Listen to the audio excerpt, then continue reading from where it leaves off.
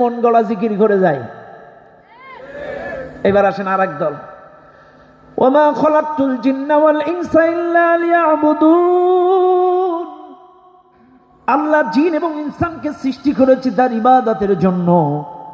আসো আমার কাছে পাগড়ি ধরো, বায়াত নাও। বায়াত ছাড়া যদি মারা যাও তুমি নাফরমানি মৃত্যুবরণ করবা, পীরের মুরিদ হও। কথা না আছে না নাই? তাহলে কি বুঝলাম? কেউ বলল নামাজ, কেউ বলল জিকির, কেউ বলল মুরিদ, যে যার মতো টেনে হিসড়ে লম্বা করলো। আরে আমার দেশের মানুষ তো বাংলা ভাষাভাষী, এই জন্য ওরা বুঝে না। এক এক তরিকার হুজুর এক এক রকম কায়দায় বুঝায় গেল।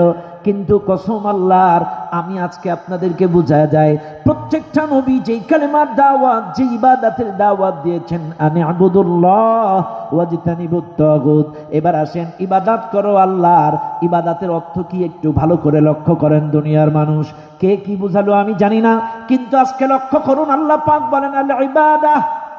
ইবাদতের অর্থ হলো গোলামি করা, ইবাদতের অর্থ হলো দাসত্ব করা, ইবাদতের অর্থ হলো নত হওয়া, ইবাদতের অর্থ হলো অনুসরণ করা।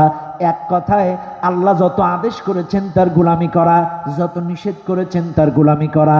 শুনে নেন দুনিয়ার মানুষ, আপনি আদেশ মানবেন নিষেধ মানবেন না তা হবে না। আদেশ আর নিষেধের গোলামি করার নাম হলো ইবাদত। আল্লাহ যা আদেশ নিষেধ করেছে 100 মানা লাগবে, এর নাম হলো ইবাদত। আপনি আদেশ মানবেন নিষেধ মানবেন না তা হবে না। আদেশ নিষেধ পূর্ণাঙ্গ আপনাকে মানা লাগবে। মনে রাখবেন আমার কথা। মনে করেন এটা একটা বোতল,